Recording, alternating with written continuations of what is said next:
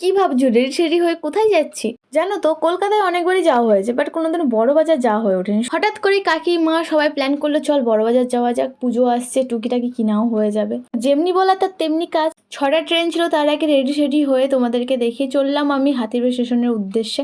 তো চলে এসেছি, যাচ্ছে এই তো মা, আমার বান্ধবী ললিতা, তার সাথে ওর মাও যাচ্ছে, আর আমার বোন যাচ্ছিল, আরও 4-5 জন যাবে আমার বান্ধবীর রিলেটিভসরা কিছু। তো ওরা হচ্ছে অন্য অন্য স্টেশন থেকে উঠে যাবে। তারপরে এখানে ট্রেনে বসে কিছুক্ষণ খিদে পাচ্ছিল, হালকা করে একটু মশলা মুড়ি ছাঁটিয়ে উলুবেড়ে পৌঁছে গেছিলাম। তো সেখান থেকে বোনকে দেখাচ্ছিলাম একটু, ও একটু লাজুক টাইপের, হঠাৎ ক্যামেরার সামনে আসতে যায় না।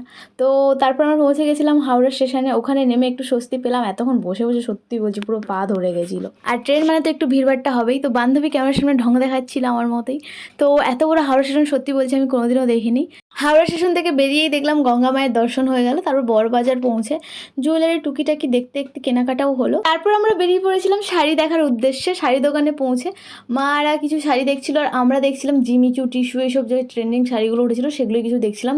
আর আমরা যে ফোনে যেসব শাড়ি দেখছো ওর মধ্যে কোনোটাই না যেটা আমি নিয়েছি। আমি যেটা নিয়েছি সেটা দেখাতেই পারিনি, কারণ ফোন সুইচ অফ হয়ে গেছিলো। আরও অনেক কিছু কেনাকাটা করেছিলাম। আমি ভেবো না যে আমি প্রচুর ফোন কেটেছি, ওটা গরম হয়ে ফোনটা অটোমেটিক হিট হতে হতে চার্জ আমার শেষ হয়ে যায়। তো কি আর করা যাবে, অনেক কিছুই কেনাকাটা করেছি টুকিটাকি। তো তোমরা যদি দেখতে চাও তো কমেন্টে বলো, আমি ওই ভিডিওটাও শেয়ার করব।